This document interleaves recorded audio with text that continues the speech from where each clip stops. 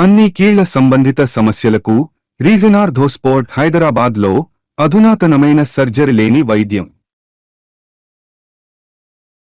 BRS లో ఇన్నాళ్లలో లేని కీలక పరిణామాలు జరగబోతున్నాయా? ఎక్కడో క్లారిటీ మిస్ అవుతున్నట్టు పార్టీ పెద్దలు భావిస్తున్నారా? ఆ మిస్సింగ్ థింగ్ ఏంటో తెలుసుకునేందుకు అన్వేషణ మొదలైపోయింది.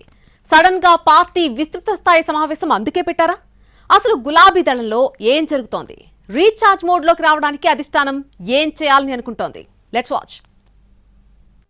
తెలంగాణ భవన్లో ఈ నెల 19న బీఆర్ఎస్ విస్తృత స్థాయి కార్యవర్గ సమావేశం జరగబోతోంది. కేసీఆర్ ఆదేశాలతో కేటీఆర్ స్వయంగా ఆ మీటింగ్ ఏర్పాట్లను మానిటర్ చేస్తున్నారట.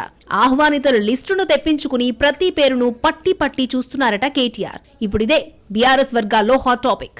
కేసీఆర్ అధ్యక్షతన జరిగే ఈ సమావేశానికి పార్టీ రాష్ట్ర కార్యవర్గం, జిల్లా పార్టీ అధ్యక్షులు, ప్రస్తుత మాజీ ఎంపీలు, ఎమ్మెల్యేలు, ఎమ్మెల్సీలు, కార్పొరేషన్ చైర్మన్లు, జిల్లా పరిషత్ చైర్మన్లు, డీసీసీబీ, డీసీఎంఎస్ అధ్యక్షులు, అన్ని నియోజకవర్గాల ఇన్ఛార్జీలు రావాలని ఆదేశాలు వెళ్లినట్టు చెబుతున్నాయి బీఆర్ఎస్ వర్గాలు.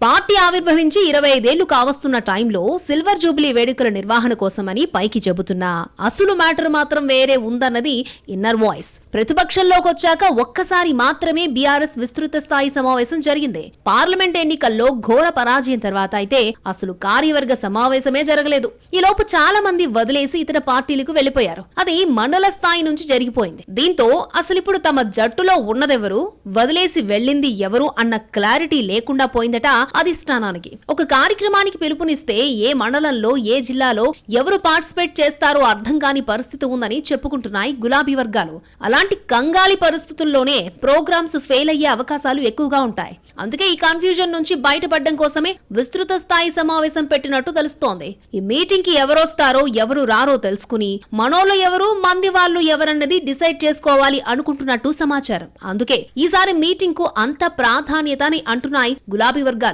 ఇది కీలక సమావేశం కాబట్టి అంతా వితౌట్ ఫెయిల్ హాజరవ్వాలని కేటీఆర్ పేరుతో ప్రకటన విడుదలైంది. మీటింగ్ వచ్చిన వాళ్ళనే మనోళ్ళని లెక్కేసుకుని ఆ మేరకు ప్రాధాన్యత ఇస్తారట. ఇప్పుడు అసలు అధికార పార్టీ విధానాలు, రాష్ట్ర ప్రభుత్వ వైఫల్యాల మీద తాము చేసే కార్యక్రమాల్లో ఎవరు పాల్గొంటున్నారో ఎవరు లేదో తెలియడం లేదని ఈ రాష్ట్ర స్థాయి సమావేశం ద్వారా అసలు పార్టీలో ఎంతమంది కీలకంగా ఉన్నారో కూడా తేలిపోతుందని అంటున్నారు బీఆర్ఎస్ ముఖ్యులు.